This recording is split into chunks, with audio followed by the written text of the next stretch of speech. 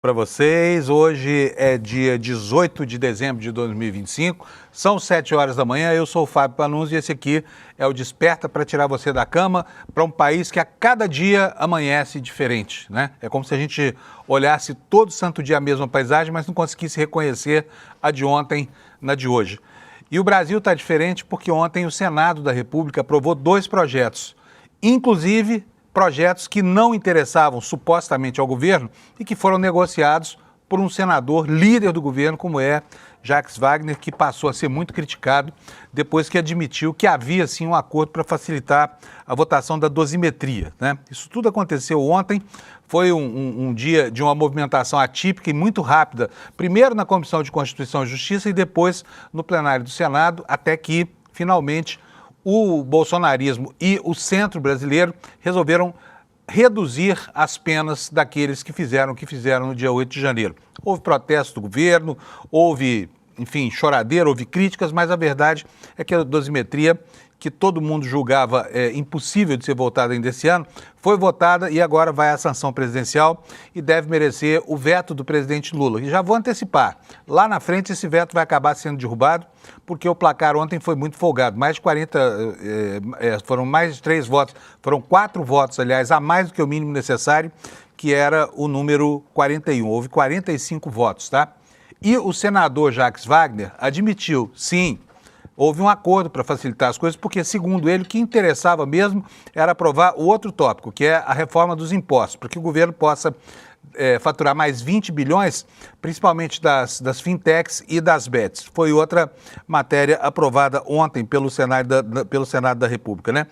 E tudo isso que aconteceu debaixo de muitas críticas, mas a gente fica se perguntando assim, até que ponto a choradeira era uma choradeira só para servir como uma espécie de cortina de fumaça sobre negociações que, aliás, nós aqui do ICL viemos denunciando há muito tempo. Inclusive, o Luiz Costa Pinto, essa semana, escreveu um artigo falando sobre esse acordo que se materializou finalmente, pôde ser visto com clareza lá no plenário do Senado, né?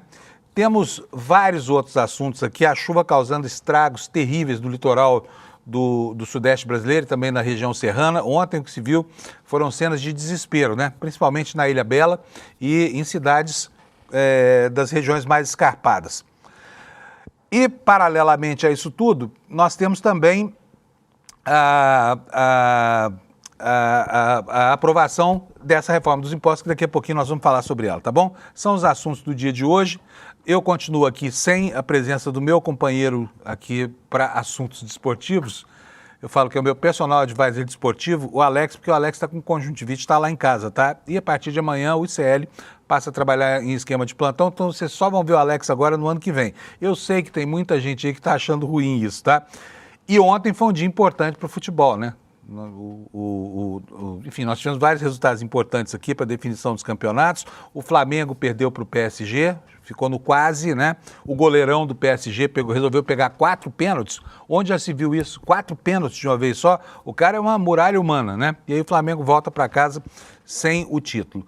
E depois nós vamos falar do Vasco também, tá? Outra coisa, o Vasco fez ontem bonito aqui, conseguiu tirar o empate do Corinthians e agora vai disputar a próxima partida em casa com bastante conforto. É isso aí, mas eu não entendo nada de futebol, não vou me meter a falar sobre essa seara, eu preciso sempre do Alex aqui, porque ele é que me orienta para falar sobre isso, tá bom?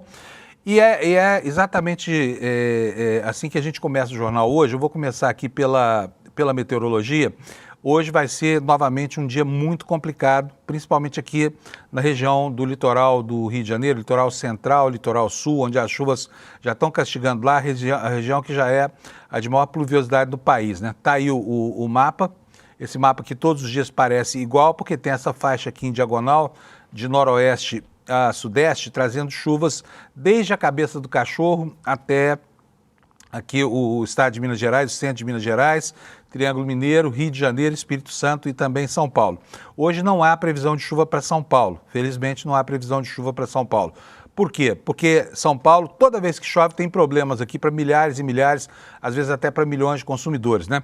E ontem, finalmente, o governo federal resolveu se mexer e cobrar, junto com as autoridades dos 2 outros poderes, o prefeito de São Paulo e o governador do estado, que a ANEEL comece a tocar o processo de caducidade do contrato com a Enel E o que se fala agora são duas coisas. Primeiro que a Enel quer se redimir, mas ela sempre faz isso. Nos primeiros apagões do ano, ela disse que havia contratado 1.200 equipes e tudo mais, que depois a Prefeitura de São Paulo não conseguiu identificar. E agora está dizendo, não, deixa a gente aqui porque a gente vai investir em enterrar o cabeamento da cidade de São Paulo, que é o que torna a cidade tão vulnerável assim. Esses arcaicos postes, né, que não estão ali por acaso, tá? As distribuidoras de energia elétrica, que são as donas dos postes, ganham um dinheirão por conta disso. A lei fala que só pode ter 6 cabos por poste, mas se você olhar aí perto da sua casa, tem cabo de tudo quanto é jeito. Alguns postes têm centenas de cabos que, inclusive, né, mancham a paisagem, criam uma poluição visual, tá? Mas aqui tá, então vamos aqui para a meteorologia. O alerta mais severo é justamente esse aqui que está na divisa entre Minas Gerais, Rio e São Paulo. É um alerta de acumulado de chuva, terreno muito hidratado, né, e um aguaceiro que pode cair aí, superando muitas vezes a chuva de 2 semanas, que foi o que aconteceu de domingo para cá. A previsão hoje para essa região aqui, olha, a região está aqui, olha, sulzinho do Espírito Santo, região de Campos, passando próxima à região metropolitana do Rio, né? E o litoral sul do Rio de Janeiro, onde aconteceu o maior volume de chuvas, hoje não tem previsão de chuvarada, mas tem previsão de chuva, então a coisa tende a permanecer complicada, tá? O INMET fala que nessa área que aparece assinalada em vermelho no mapa hoje, vai chover mais de 60 litros por metro quadrado, né, em uma única hora, e a chuva pode chegar a acumular 100 litros por metro quadrado ao longo do dia, né, com grande risco de grandes alagamentos e transbordamentos de rios, grandes deslizamentos de encostas em cidades em áreas de risco. Então, vamos ficar preparados aí, porque fim de dezembro é sempre um período de notícias muito ruins, né? Vou passar agora para você a previsão das temperaturas para o dia de hoje e do comportamento do clima, né? Vamos ver aqui no mapa do INMET o que vai acontecer com as temperaturas nas capitais do Brasil, para que você saiba como é que vai ficar na sua cidade. Tá aí, ó, a mancha verde, de onde vai chover muito, né? Muito mesmo. A mancha verde escura aqui no sulzinho, que a gente já mostrou no mapa, né? Região de Juiz de Fora, que foi bastante castigada também. Temperaturas. Porto Alegre vai ter um dia de nuvens com 30 graus de temperatura, calorão, 28 graus também em Florianópolis, quente. Curitiba também não chove, vai ser um dia ensolarado, com calorão lá, temperatura de 26 graus. 25 graus aqui em São Paulo de temperatura máxima. Hoje acordou friozinho, acordou 15 graus. No Rio de Janeiro a temperatura chega a 28 graus, pancadas de chuva, trovoadas isoladas. E Vitória, capital do Espírito Santo, também previsão de muita chuva por lá, com temperatura de 28 graus, portanto um dia também quente. Em Belo Horizonte a mesma coisa, chove e temperatura máxima de 26 graus. Passamos agora para o centro-oeste brasileiro. Em Brasília nós vamos ter muitas nuvens, pancadas de chuva, trovoadas isoladas e máxima de 24 graus. Em Goiânia, 28 a máxima e a mesma previsão. Em Campo Grande, nuvens, chuva com pancadas isoladas, 30 graus de temperatura e 31 graus para a mesma previsão em Cuiabá. Em Porto Velho, a temperatura máxima vai chegar aos 29 graus, com chuva. Em Rio Branco vai chegar aos 30. Em Manaus, 33 graus de temperatura, dia quente. Em Boa Vista, tempo nublado, mas sem chuva, com máxima de 34 graus. Macapá, 33 graus de máxima, com 25 de mínima, quer dizer, a temperatura mínima lá em Macapá vai ser maior do que a máxima aqui em São Paulo, tá? E em Belém do Pará, 33 graus, chuva isolada na previsão. Em Palmas, 31 graus Celsius, também chove por lá. Agora o Nordeste brasileiro, Teresina vai ter muitas nuvens, 36 graus e deve chover hoje lá em Teresina. Também deve chover em Fortaleza, né? Nuvens no céu durante o dia todo e 30 graus de temperatura. Nas demais capitais do Nordeste, dia de sol e bom para a praia. Natal com 31 graus, vou falar aqui a temperatura de João Pessoa, que o mapa sempre esconde, tá? João Pessoa, Paraíba, 32 graus de máxima, com mínima de 24, sem nuvens nada, vai ser um dia de sol, ensolarado, bonito. Recife a mesma coisa, com 32 graus de máxima, Maceió 31, Aracaju 30 e Salvador 30 graus Celsius também, nuvens no céu, mas sem previsão de chuva, tá? Essa é a meteorologia para o dia de hoje e isso posto, passo aqui a mostrar para você a capa do noticiário no nosso portal, no iclnoticias.com.br. Manchete principal do dia de hoje. PT vai ao Supremo contra o PL da dosimetria e aponta manobra no Senado, né? O senador Renan Calheiros ontem lutou muito para não permitir a aprovação, mas não houve o que fazer. Inclusive, quando a coisa começou a ficar certa, né? Enfim, quando a aprovação parecia certa já no ambiente da CCJ, houve ali um truque para que o texto excluísse crimes que não têm conexão com o 8 de janeiro, numa emenda apresentada pelo senador Sérgio Moro, tá? Eu vou atualizar minha página aqui, porque a essa hora, olha aqui, ó. Tá aqui, ó, a manchete mudou no site CL, tá aqui, Senado aprova dosimetria, né, com a foto do senador Magno Malta. E o senador Magno Malta combina com dosimetria, hein? Magno Malta comemorando aí a aprovação da dosimetria, tá bom? E vou continuar aqui para vocês. Olha só, treta nos escaninhos do PCC lá na cúpula, né? Nós temos aqui, daqui a pouquinho eu vou explicar para vocês o que é isso. O Ricardo, o Beto Louco, que é o dono do sistema de refinarias, né, e de indústrias de processamento de álcool, com medo do avião, mandou fazer uma revista no avião onde ele viajaria. Por quê? Porque temia que o Ricardo Magro aprontasse algo que ameaçasse a segurança dele. Bom, o Jamil Chad começou antes da hora a coluna dele aqui no ICL, ele pretendia começar só em janeiro, mas não foi possível porque ele recebeu uma série de documentos e a partir de ontem ele está mostrando para a gente o que acontece nos bastidores da ABIN, né, em relação à relação entre Israel, Estados Unidos e América do Sul. Nós vamos ver isso já já aqui no Desperta, tá bom? Manchete secundária. O Senado aprovou o PL que reduz incentivos fiscais, essa aqui é a reforma dos impostos, né? E amplia a tributação sobre as bets e fintechs. Na área das sacanagens institucionais, aparece novamente o nome desse sujeito, do senador, atual senador Sérgio Moro, porque uma vez feita a busca e apreensão na 13ª Vara lá de Curitiba, começou a sair dos escaninhos, das gavetas mais profundas e secretas, a informação que vai delineando a atuação de um juiz completamente comprometido com a fraude processual. Um juiz que atuou não só como promotor de justiça, que orientou a investigação, né, que tomou para si as rédeas de um processo que ele deveria apenas julgar. E agora sabemos que houve também elementos de chantagem, confirmando informações de um dos colaboradores dele, que foi obrigado por esse juiz, inclusive a fazer escuta ambiental de pessoas que o Moro queria prender. Esses documentos começaram a aparecer ontem e a gente vai falar hoje sobre eles, tá bom?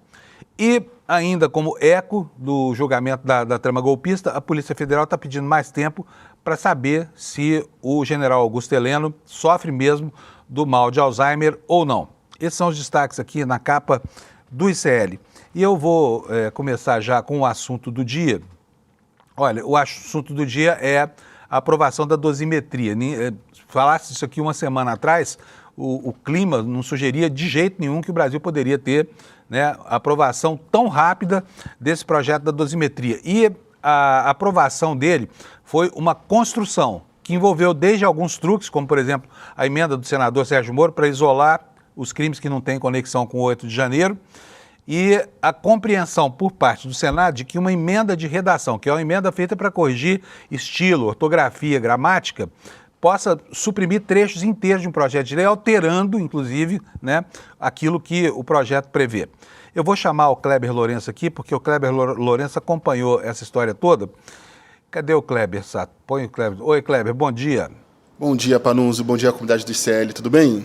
Tudo bom? Kleber, Panunzio, que dia antes da gente falar das atrapalhadas aí, dos problemas ali com o PL da dosimetria, tem notícia urgente que acabou de acontecer agora de manhã mesmo, Panunzio. Então conta para mim, que eu não estou sabendo. Vamos lá. Então, é difícil, né? Porque você senta aqui nessa cadeira às 5h30 da manhã, o país é um, às 6 horas é outro. Toque, toque, toque outra vez, é isso? Panunzio, como eu sempre digo, no Brasil não morremos de tédio. E agora de manhã a Polícia Federal deflagrou a 5ª fase da Operação Sem Desconto, que cumpre 16 mandados de prisão preventiva e 52 de busca e apreensão. E um dos principais alvos é o senador Weverton Rocha, do PDT do Maranhão, suspeito de ter realizado negócios com alvos investigados por desvios no Instituto Nacional de Seguridade Social, o INSS. Então, nesse momento, a PF cumpre a busca e apreensão na residência do senador e não há mandados de busca e apreensão dentro do Congresso Nacional, viu? As informações, a operação ainda está ocorrendo, então acredito que ao longo da manhã teremos mais atualizações também de quem são esses alvos, quais foram os locais das buscas, e já adianto, é muita coisa, né? São 16 mandados de prisão preventiva, então assim, vai ter eita atrás de eita ao longo da manhã com tranquilidade, Panunzio. Ô Kleber, mas nós já sabemos por que o senador está sofrendo essa devassa, não? O que pesa contra? Porque o Weverton, ele ganhou uma designação importante outro dia mesmo do Otto Alencar, na CCJ, ele vai relatar a indicação do Jorge Messias, né? Então, assim, ele é um parlamentar que tem uma função importante para cumprir. Qual é a bronca? Nós já sabemos, não? Sim, ele é suspeito de ter realizado negócios com alvos investigados no escândalo dos desvios do INSS, Panunzio. Putz, quer dizer, escândalo que envolve o partido dele, que é o PDT, né? PDT, porque o PDT manda lá nesse ministério. Então o Kleber atualiza, a gente, se houver outras informações sobre essa busca e apreensão, para a gente ficar por dentro do motivo mais imediato, daqui a pouco o Kleber volta para a gente, tá? Estou falando, gente, não é fácil ser jornalista no Brasil não, viu, Kleber? Não, é eita atrás de eita. É de susto em susto, viu? É de susto em susto. Você começa o programa, de repente a informação principal sai da manchete, aí já entra outra, enfim. Mas vamos lá, vamos para o que interessa aqui, porque teve muita coisa que aconteceu entre a tarde de ontem e a madrugada, e a principal dessas questões aí diz respeito a um acordo que foi negado. O Lula Costa Pinto disse aqui para nós, lá no começo da semana, que havia o acordo, e muita gente duvidou dessa informação. Ontem aparece o senador Jacques Wagner admitindo o acordo. Sato, aliás, se a sonora do Jacques Wagner já estiver no ponto, eu vou pedir para você colocar para mim a sonora, porque a gente precisa ouvir o senador Jacques. Não está pronto ainda? Conta para nós, Kleber, como é que foi essa história toda? O que aconteceu que do nada surge de novo a dosimetria, que é esse simulacro de anistia, e é aprovado com essa facilidade tanto na CCJ quanto no plenário do Senado? Olha, vem tirando bastante discussão e até debates internos sobre essa alegação. O vídeo está pronto, vamos ver o vídeo antes e a gente comenta, pode ser, Panunzio? Então, deixa eu só explicar antes do vídeo, é o seguinte, falou-se durante a semana que havia um acordo entre governo e oposição. Tudo isso foi negado, né, com muita ênfase, inclusive, e ontem o senador Jacques Wagner aparece defendendo uma posição que aparentemente antagoniza com aquilo que o governo tem, né, Kleber? Que o governo tem anunciado que, sim, da sua contrariedade. E houve sim um acordo que o Jacques Wagner assumiu para ele. O Jacques Wagner é líder do governo no Senado, né? Ele não pode agir de moto próprio, sem consultar ninguém. Mas dessa vez não, ele disse que não, foi lá, não deu tempo de consultar o Lula nem ninguém, e aí ele acabou fazendo esse acordo aí que facilitou a aprovação da dosimetria para que o Senado pudesse votar o projeto dos impostos, que era, segundo ele, o que interessava ao governo. Vamos ver a fala do Jacques Wagner. Aquilo que eu equacionei, eu não sou, talvez pela minha idade, pela minha experiência, e pela minha vontade de fazer as coisas andarem e fazer mais pelo Brasil, a mim não me motiva empurrar com a barriga para um pouco depois aquilo que já está claro que vai acontecer e ficou expresso nas votações aqui, mesmo nos requerimentos. Então, eu fiz, e sem consultar o presidente da República ou a ministra Gleice, porque eu acho que quem está na política tem que ter coragem de se arriscar. A política sem risco não tem graça. E me arrisquei e não me arrependo de ter vindo aqui para ter feito um acordo de procedimento e não de mérito. Que história é essa, senador? Que diabo de acordo é esse, né? Olha, as coisas começaram a ficar estranhas, viu, Kleber? Eu vou mostrar isso aqui também, lá no ambiente da CCJ. Por quê? Porque o senador Otto Alencar acolheu uma emenda feita pelo Sérgio Moro que excluía crimes que não têm conexão com o 8 de janeiro. Ocorre que a emenda era uma emenda de mérito, tá? É uma emenda que alterava o mérito do projeto. Mas o Moro apresentou como uma emenda de redação que é só para suprimir erros de ortografia, gramática, estilo, para deixar mais claro. Acontece que o próprio senador Otto Alencar, ao invés de objetar, de não aceitar, ele colocou em votação e o plenário da CCJ resolveu que aquela era uma emenda de redação, embora altere o mérito. Vamos ver o que o Otto Alencar falou antes de botar essa emenda em votação. Roda para nós, Sato, por favor.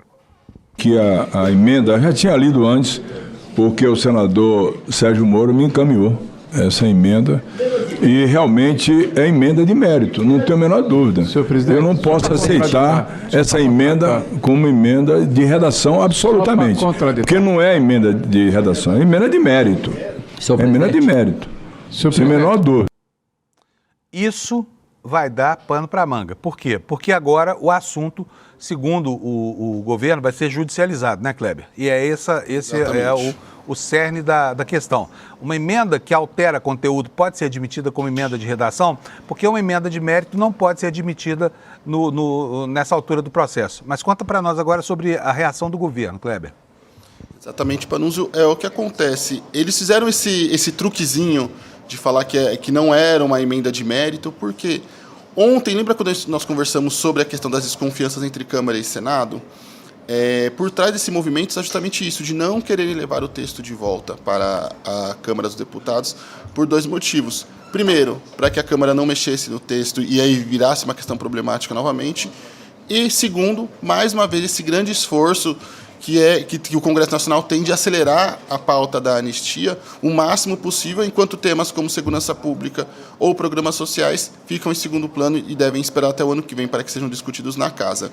Dito isto, líderes de 4 bancadas da Câmara dos Deputados, o deputado Lindbergh Farias, juntamente com Pedro Campos, do PSB, Renildo Calheiros, do PCdoB e Talíria Petroni, do PSOL, entraram com mandado de segurança ontem à noite para suspender a tramitação do projeto de lei que reduz penas e flexibiliza os critérios de progressão de pena aliar, ou seja, o libera geral dos criminosos do 8 de janeiro. E entre os argumentos utilizados para entrar com esse mandado de segurança, o mais interessante é que justamente o mandato atua criticando e querendo barrar justamente o pedido de vista de 4 horas feito na CCJ no Senado, que foi um movimento articulado pelo senador Jacques Wagner, que é do PT do Senado e líder da bancada governista na Casa. Então é o PT na Câmara entrando com uma ação contra uma articulação do próprio líder da bancada governista e petista no Senado. Então veja só como as coisas vão ali criando uma confusão ali sem precedentes. E aí é muito importante também ressaltar, Panunzio, que mesmo que não... vamos colocar ali todos os direitos de dúvida, de questionamento, supor que não exista qualquer tipo de acordo envolvendo o governo, que era algo mais específico de Jacques Wagner, vamos só trabalhar com o campo das suposições. Mesmo assim, de qualquer maneira, o governo é cúmplice nessa história de forma, no mínimo, indireta. Até porque não é de hoje que Jacques Wagner, primeiro, dá seguidas sinalizações de que é favorável a uma espécie de redução de penas aos criminosos do 8 de janeiro, e também mostra qualquer tipo de desprendimento e até mesmo, dá para se dizer, desprezo com as orientações do Palácio do Planalto nas articulações do Congresso. Eu preciso lembrar que no começo desse ano, por exemplo, ele criou também um clima ali de estranhamento e crise, quando, durante a discussão da PEC que limitaria as decisões monocráticas no STF, ele ignorou basicamente a orientação do governo, deu um voto a favor da decisão e disse, e isso deixa muito claro para nós que é importante, ele sendo líder da bancada governista, se arvorou no direito de dizer que tinha o direito de fazer um voto meramente pessoal. Então não é de hoje que ele vem dando seguidas sinalizações, vem dando problemas, vem expondo o governo mesmo assim manteve ele, inclusive ele é extremamente próximo do presidente Lula, então pagou para ver até o limite e criou mais uma situação para o governo federal. Isso, caso a gente leve em consideração ou julgue que o governo não tem nenhum tipo de acordo com a tramitação da anistia. O que também vem se provando cada vez mais possível de ter ocorrido também, dadas as declarações de Renan Calheiros, Alessandro Vieira e outros tantos expoentes da política, Panunzio. Muito bom, Kleber. Muito obrigado, viu? Olha, agora só, Kleber, cria uma situação ruim para o próprio governo. E aqui, eu vou falar, a cara de pau do senador Jacques Wagner é um negócio estranho, porque horas antes disso tudo acontecer e da própria admissão dele, ele estava lá na tribuna negando esse acordo, que ficou evidente logo depois. Então, quer dizer, faltou aqui, né, clareza e seriedade mesmo, porque não é possível que o governo defenda duas posições tão antagônicas, assim, tão confrontantes, né? Vou ler para vocês aqui agora, Kleber, olha aqui, a tuitada da ministra Gleisi Hoffmann. Tá? A Gleisi, até outro dia, era presidente do partido Jacques Wagner, né? Então vamos lá, o Jacques fazendo o tricô lá no Senado e a hoje ministra Gleisi Hoffmann tuitando isso aqui que vocês vão ver, olha. Quer ver só? Deixa eu colocar aqui na tela cheia, porque senão você não vai conseguir ler isso aqui, eu quero que você leia junto comigo, tá? Nós já vimos, aliás, eu vou pedir, Sato, põe de novo a sonora do Jacques Wagner, confessando que houve esse acordo e por que fez o acordo. Depois eu leio aqui a tuitada da Gleisi, só para que as pessoas possam comparar as duas posições, que são duas posições absolutamente incompatíveis. É água e óleo. Põe para nós, por favor, de novo, o Jacques Wagner. Aquilo que eu equacionei, eu não sou, talvez pela minha idade, pela minha experiência e pela minha vontade de fazer as coisas andarem e fazer mais pelo Brasil, a mim não me motiva empurrar com a barriga para um pouco depois aquilo que já está claro que vai acontecer e ficou expresso nas votações aqui, mesmo nos requerimentos. Então, eu fiz, e sem consultar o presidente da República ou a ministra Gleisi, que eu acho que quem está na política tem que ter coragem de se arriscar. A política sem risco não tem graça. E me arrisquei e não me arrependo de ter vindo aqui para ter feito um acordo de procedimento e não de mérito. Seria melhor que a gente tivesse ouvido do senador Jacques Wagner, uma figura que tem uma história política tão imensa quanto ele, não que a política não se faz sem correr risco, mas sim que a política não se pode fazer sem seriedade de propósitos, né?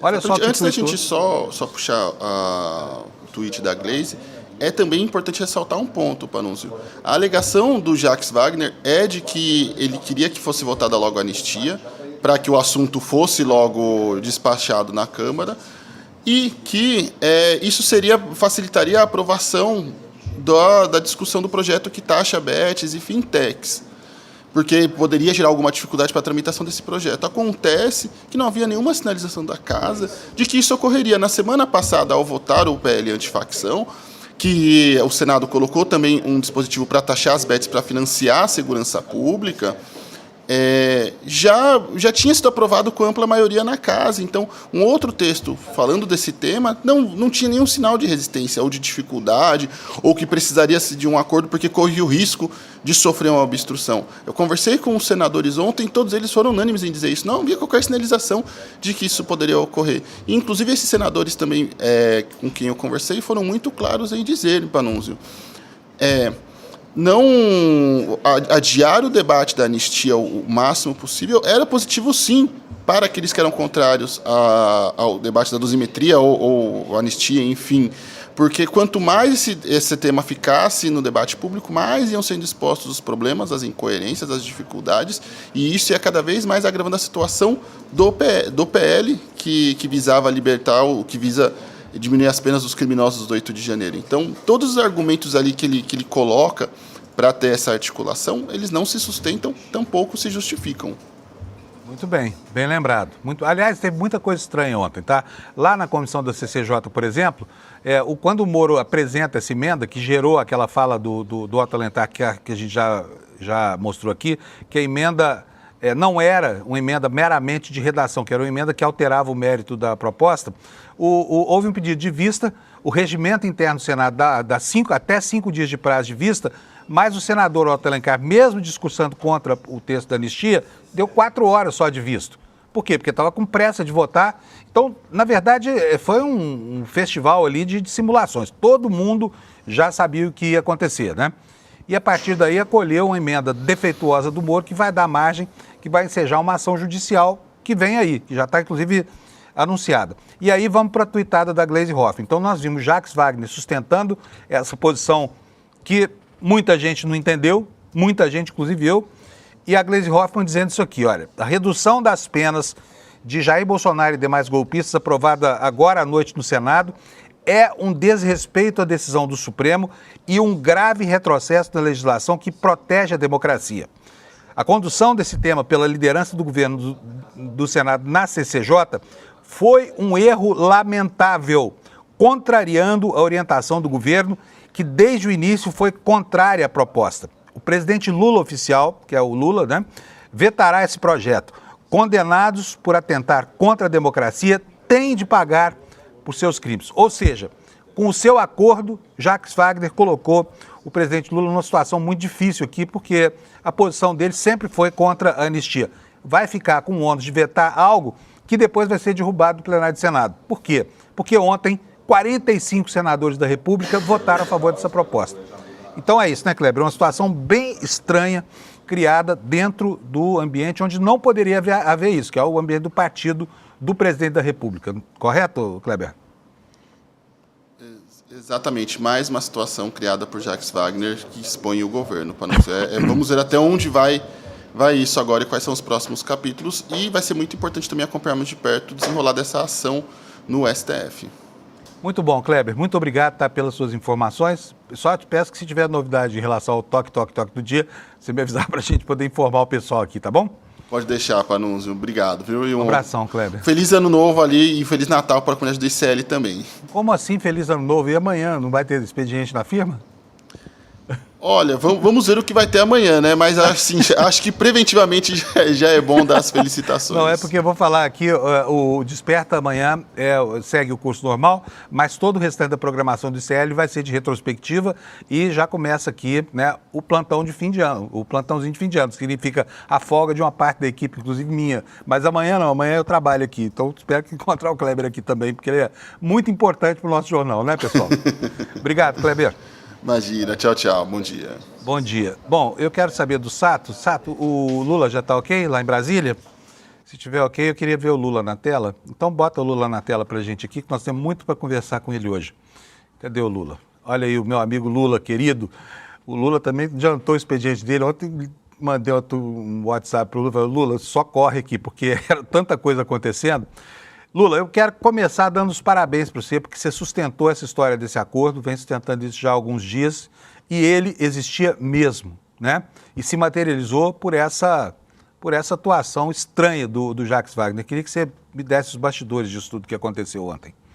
Perfeito, Fábio. Primeiro, bom dia, né? Como está você, como estão quem nos ouve, quem nos assiste, né? Fábio, na semana passada, como as pessoas acompanharam aqui, acompanham, nós demos no ICL a história de que estava sendo urdido um acordo com o Supremo com tudo, né, como nós colocamos, escrevemos. É importante voltar lá atrás no texto para as pessoas perceberem que não foi usado nenhum adjetivo, né, para qualificar o acordo. Era apenas o fato.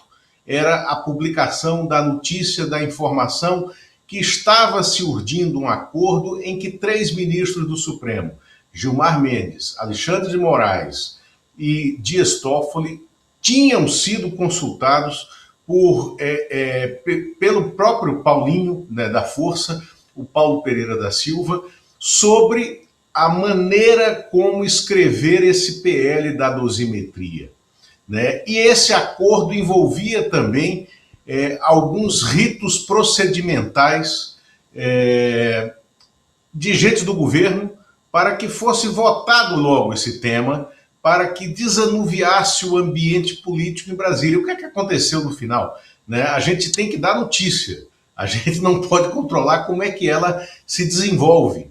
Né? No final das contas, turvou ainda mais o ambiente, inclusive dentro do Palácio do Planalto, por essas notícias que o Fábio leu aqui, e também do lado governista. Houve uma turva geral e alguns recuos. Agora, é importante, Fábio, ouvir esse momento aqui do que eu vou falar. Olha só, notícia é tudo aquilo que, uma vez divulgado, incomoda alguém em algum lugar. O resto é propaganda, né? E nós aqui damos notícia, né? Aqui é preciso a gente arquivar os nossos anseios políticos, os nossos anseios de vontades pessoais e ficar com Sua Excelência o fato.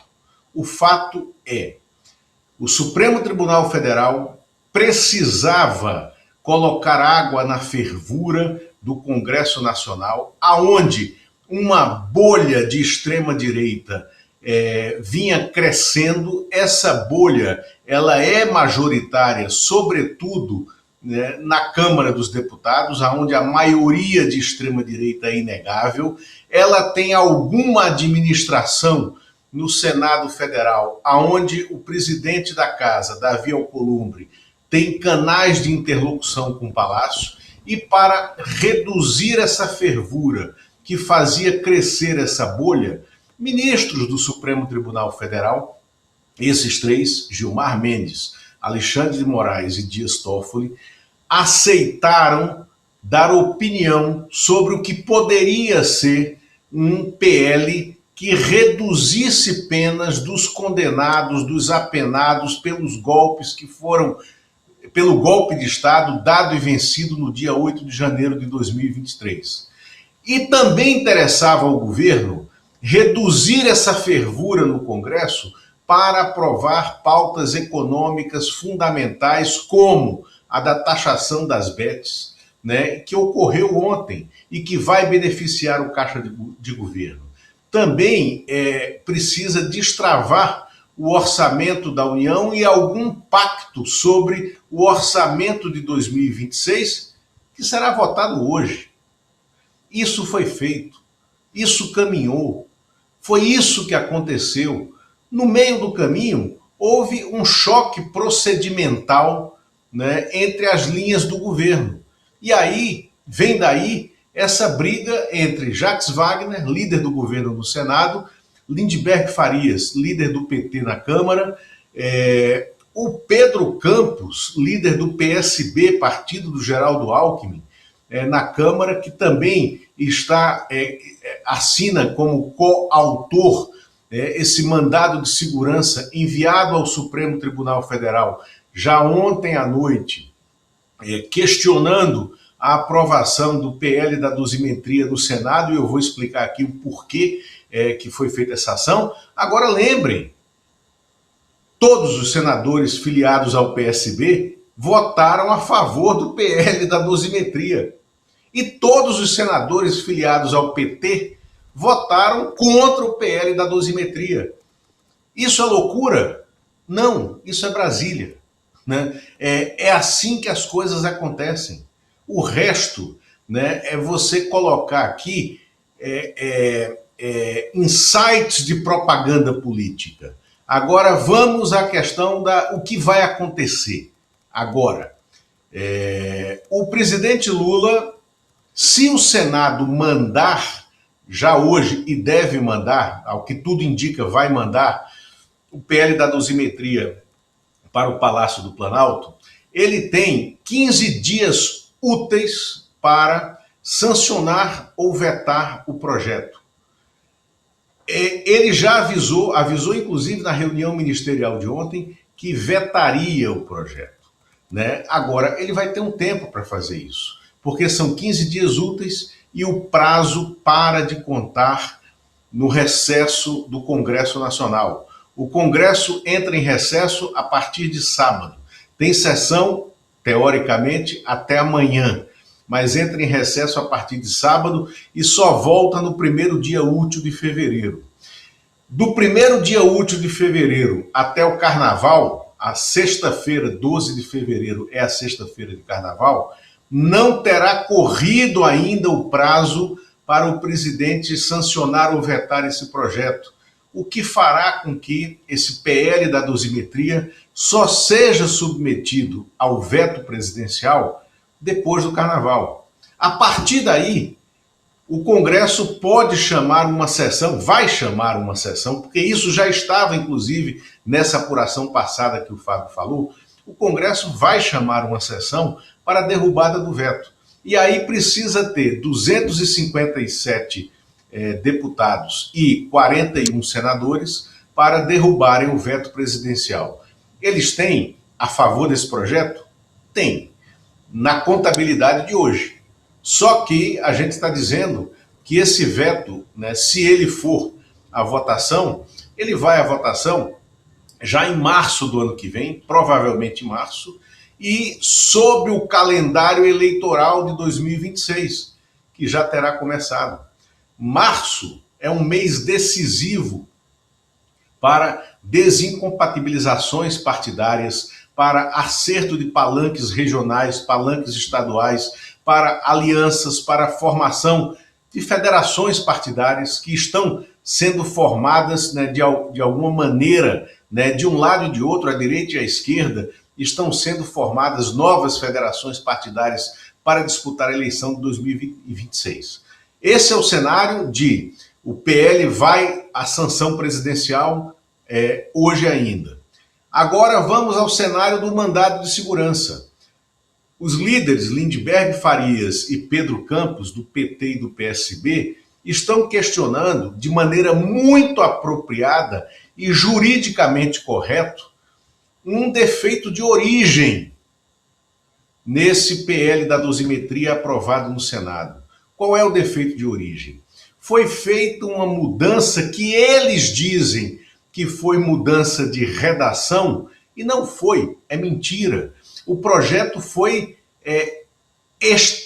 estripado, né? O projeto foi desidratado, o projeto foi totalmente mexido na CCJ pelo senador bolsonarista Esperidião Amin, né, para retirar o benefício que estava dando a todos os outros crimes, para se concentrar no cometimento de crimes que foram cometidos pelos golpistas de 8 de janeiro e pela cúpula do golpe, para entregar aquilo que eles haviam prometido. Mas ao fazer isso, o projeto tem que voltar para a Câmara dos Deputados, porque houve sim uma alteração fundamental que não foi apenas uma emenda de redação. E a Constituição determina, o regimento das duas casas determina que se há uma alteração no Senado, se há uma alteração na outra casa, na casa revisora, o projeto tem que voltar para a casa original e retomar a tramitação. Se não fizer isso, a aprovação está eivada de inconstitucionalidades. E aí vem um outro aspecto. Nesse momento, o Supremo pode considerar que o PL da dosimetria foi inconstitucional, feriu as regras do Congresso, e aí sim voltar atrás naquele acordo ao qual ele deu anuência, porque eles não estarão se comprometendo com aquilo que eles prometeram, não dar pitaco sobre a modificação da contabilidade do tempo da pena aplicada. Eles estarão legislando ou interpretando uma outra questão sobre a qual eles não tinham feito acordo. Então, abre-se aí uma possibilidade para o Supremo Tribunal Federal, que estava dentro desse acordo com o Supremo, com tudo, voltar atrás, botar a mão na consciência e ouvir a voz rouca das ruas. Ô Lula, tem duas coisas aqui, inclusive eu vou pedir para o Anderson colocar no ponto para mim daqui a pouco, não agora, eu vou chamar agora aqui a sonora do Lindbergh ontem. Antes disso eu quero ler aqui, porque até o momento que antecedeu a votação pelo plenário, a coisa parecia estar bem parada, mas não estava, porque já havia esse acordo lá dentro, Jacques Wagner já estava atuando. Mas olha o que o Lindbergh escreveu, né, quando estava em curso essa manobra toda. O que está acontecendo agora no Senado é uma vergonha. Um senador está tentando empurrar o PL da dosimetria como se fosse uma emenda de revisão. Essa qualificação foi, né, do Sérgio Moro. A autoria da emenda é do Sérgio Moro, o Esperidião Amin acolheu e depois o Otto Alencar fez de conta que não era com ele e acabou aceitando também, submetendo a uma votação rápida lá no plenário da própria CCJ, aceitando essa emenda, né? É a isso que esse comunicado do Lindbergh diz respeito. Ele está falando aqui, ó, não é emenda de revisão, é emenda de mérito, é manobra. tem que voltar para a Câmara. O que eles estão fazendo é um atentado ao devido processo legislativo. Já antecipando aqui as razões dessa contestação judicial que o Lula está antecipando para a gente, tá? E aqui ele diz, eu e Pedro Campos já estamos com um mandado de segurança pronto para o Supremo para recorrer desse absurdo. E fica o recado, o presidente Lula vai barrar. Foi o que o Jacques Wagner botou no colo do presidente e devolveu para o Supremo, né? E vai sair fagulha de novo dessa relação já tumultuada entre os dois poderes, o Legislativo e o Judiciário. Agora vamos ver a fala do Lindbergh. Bota para nós, por favor. Gente, é uma vergonha o Senado Federal está querendo aprovar esse projeto de blindagem dos golpistas. Eu e Pedro Campos, que é o líder do PSB, estamos com um mandado de segurança pronto para entrar no STF para recorrer.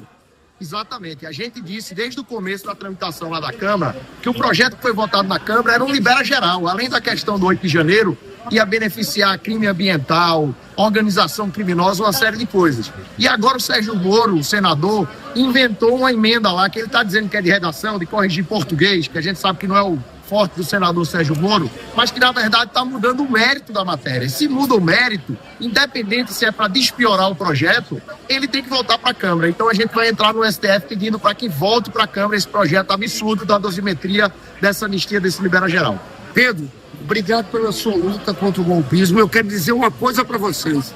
O presidente Lula hoje acaba de reafirmar esse projeto passando, ele vai vetar. Nós estamos entrando no Supremo, mas o Lula vai vetar, pode confiar nisso. Percebe aí, Lula, claramente, né, a diferença de posições entre o mundo da teoria e da utopia, da perfeição, da moralidade e o acerto de bastidores que foi feito. Por quê?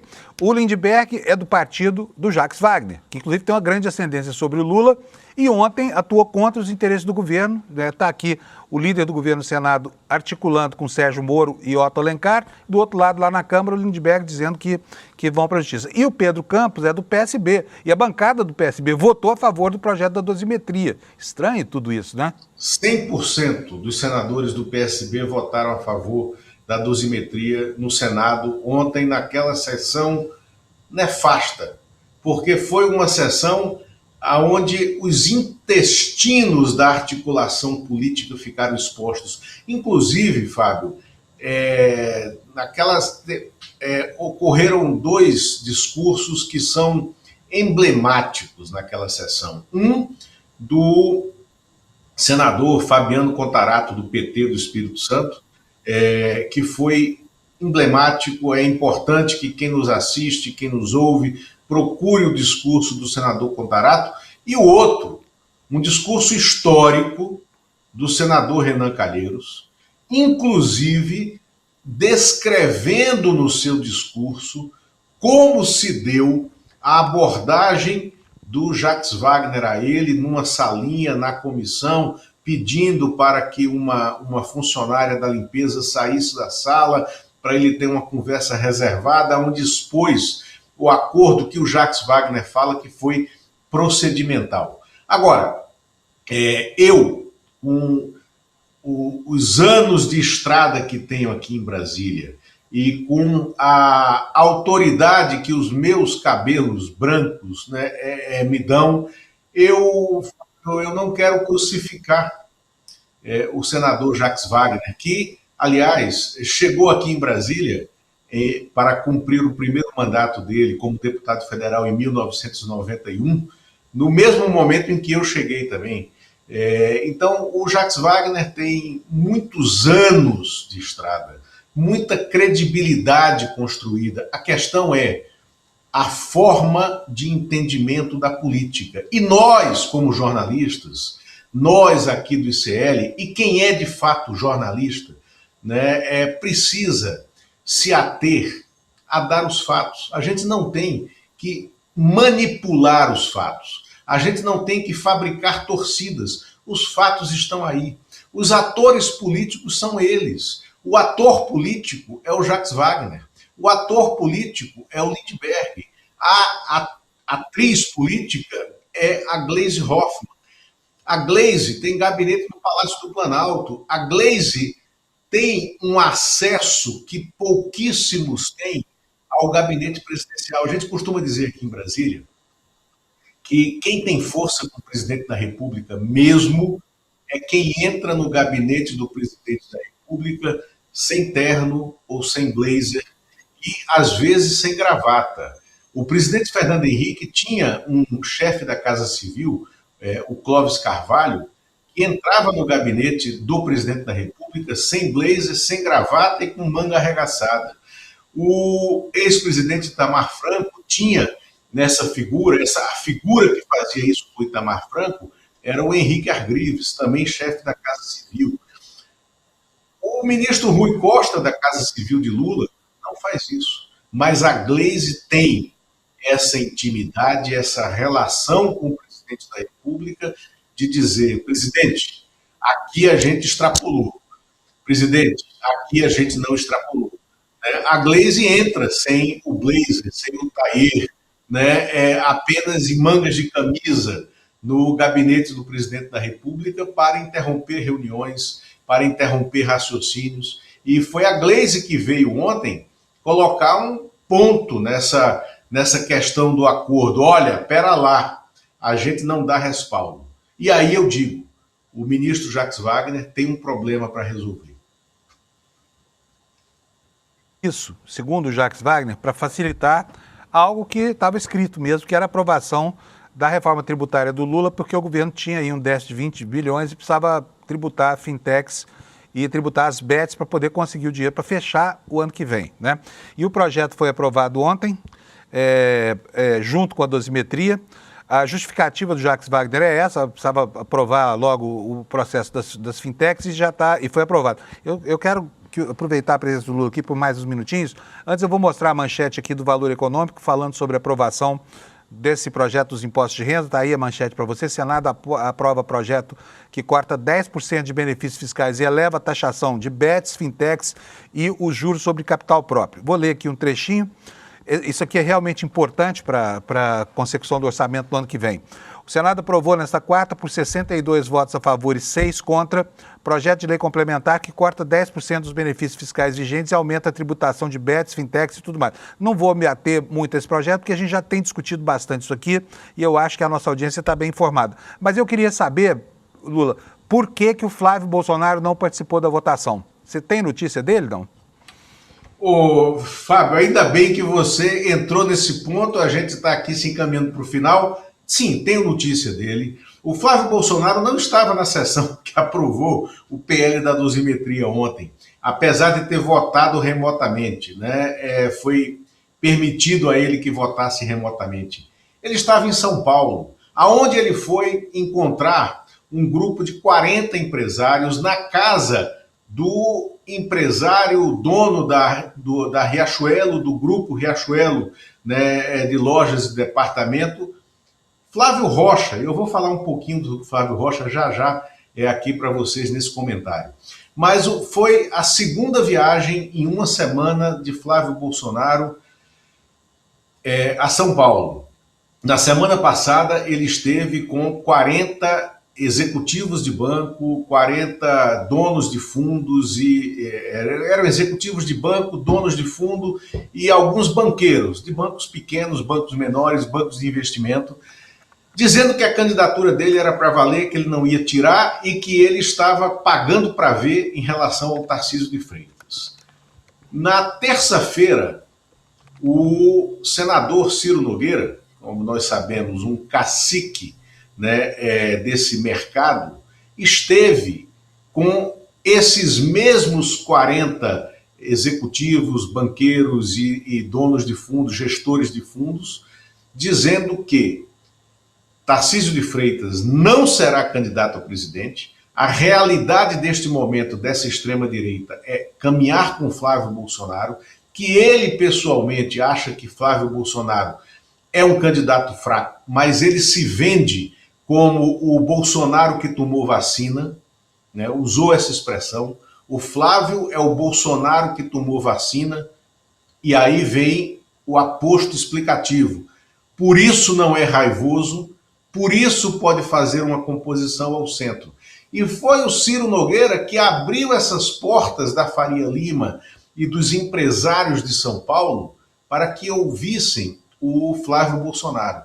E essas oscilações da Bolsa de Valores, que caiu nos 2 últimos dias, e de alta do dólar nos 2 últimos dias, tem tudo a ver com a especulação desses agentes de mercado que ouviram o Flávio na semana passada, o Ciro Nogueira na terça-feira e, de novo, o Flávio Bolsonaro ontem.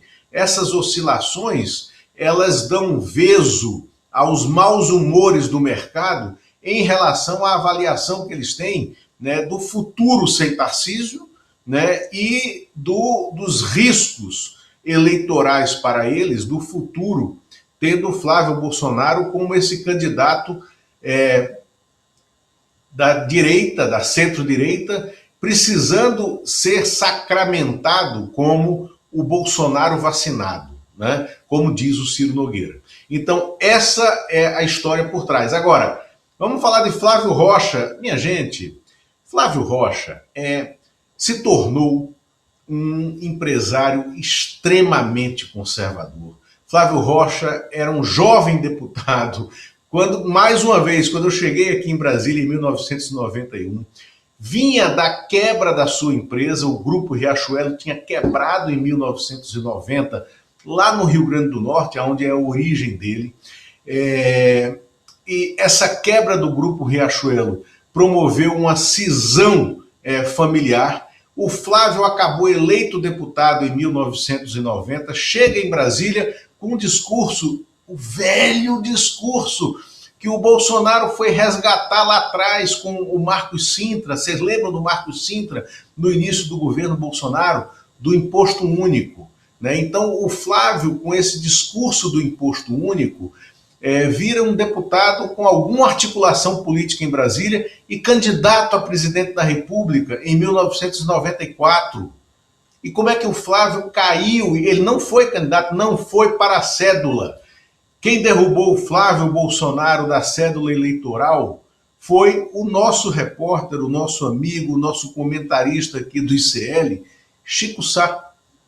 Na sua skin, repórter de grandes investigações, o Chico Sá mostrou que o Flávio Bolsonaro fazia negócios no seu... o Flávio Rocha, né, que recepcionou o Flávio Bolsonaro ontem, fazia negócios com o seu mandato de deputado federal, que pagava as viagens de candidato com favores de empresários amigos. Então, lá atrás, no longínquo 1994, o Flávio Rocha já era um ator político desse miolo corrompido da sociedade que une, né, o capital aos interesses lobistas políticos de empresários espúrios, e que é esse grupo que hoje está tentando se convencer, está tentando comprar o Flávio Bolsonaro como um Bolsonaro que tomou vacina. Nome de garfo e faca, né? No banquete antropofágico da democracia brasileira.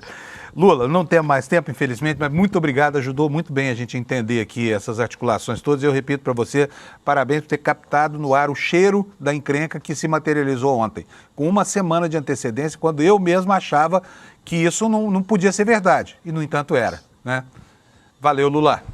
Um abração para você. Valeu, Fábio, até lá, até amanhã. Tchau, obrigado, viu? Pessoal, não tem mais tempo, mas dá para mostrar a audiência para vocês. Eu estou gostando dessa brincadeira aqui do fim do programa. Quer ver só? Vai aparecer aqui? Olha aí a nossa audiência, ó. De novo, graças a você, nós estamos em primeiro lugar aí na internet, na frente de toda a concorrência, tá? A gente agradece penhoradamente aqui o prestígio todo que você está dando para a gente com a sua audiência, tá bom? E assim, vou encerrando, né? Tá aqui, olha a manchete, somos líderes, a semana inteira transcorreu assim, né? E você não deve perder, a partir de amanhã, sexta-feira, dia 19, né? A nossa retrospectiva, a retrospectiva do ICL, apresentado pela Roberta e pelo William De Luca, como está aqui no nosso telão. Para assistir, você pode desde já deixar aqui uma inscrição, aqui, ó, aqui, né? Assista em icl.com.br/retro de retrospectiva, tá? E aí a gente te manda um bilhetinho na hora em que o programa estiver sendo exibido, tá bom? Obrigado para você. Amanhã, sexta-feira, nós vamos estar aqui ainda falando em perspectivas, tá? para 2026 e logo depois a retrospectiva do ICL. Um abração para você, muito obrigado pela audiência e até amanhã. Tchau. Um ano intenso e perigoso. Ferro quente. Vamos relembrar tudo na retrospectiva do ICL 2025, que vai ser ao vivo. Agora foi.